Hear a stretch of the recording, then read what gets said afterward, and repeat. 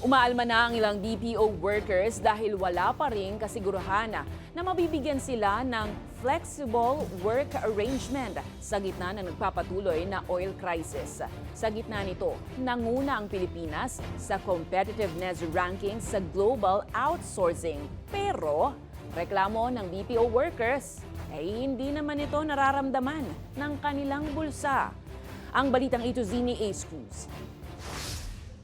Pinag-iisipan ng call center agent na si Antonio na maghanap na ng dagdag na pagkakakitaan. Hanggang ngayon kasi, wala pang desisyon ng kanilang kumpanya kung papayagan sila mag-work from home sa gitna ng krisis sa petrolyo.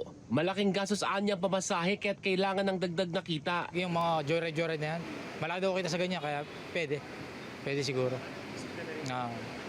Kumbaga alternate kada day off. Hamon din ito sa pagbabudget ni Sasa na isa ring call center agent. Dati parang sabihin na natin na every sahod, ganyan, makakapag-grocery ka ng worth 10,000.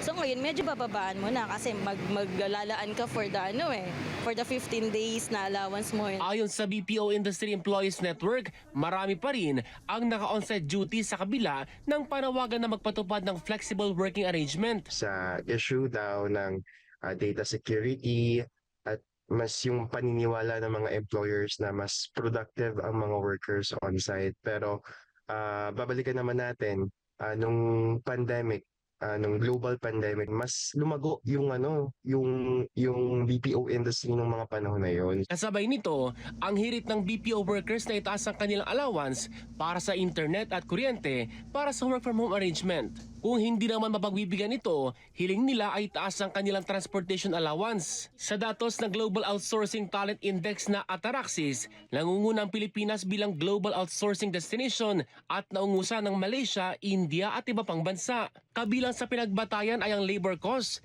English proficiency at kakayanan ng mga manggagawa. Pero ayon sa grupo, sana ay maramdaman ito ng bulsa ng BPO workers. Mababa talaga yung sahod sa Philippine BPO industry.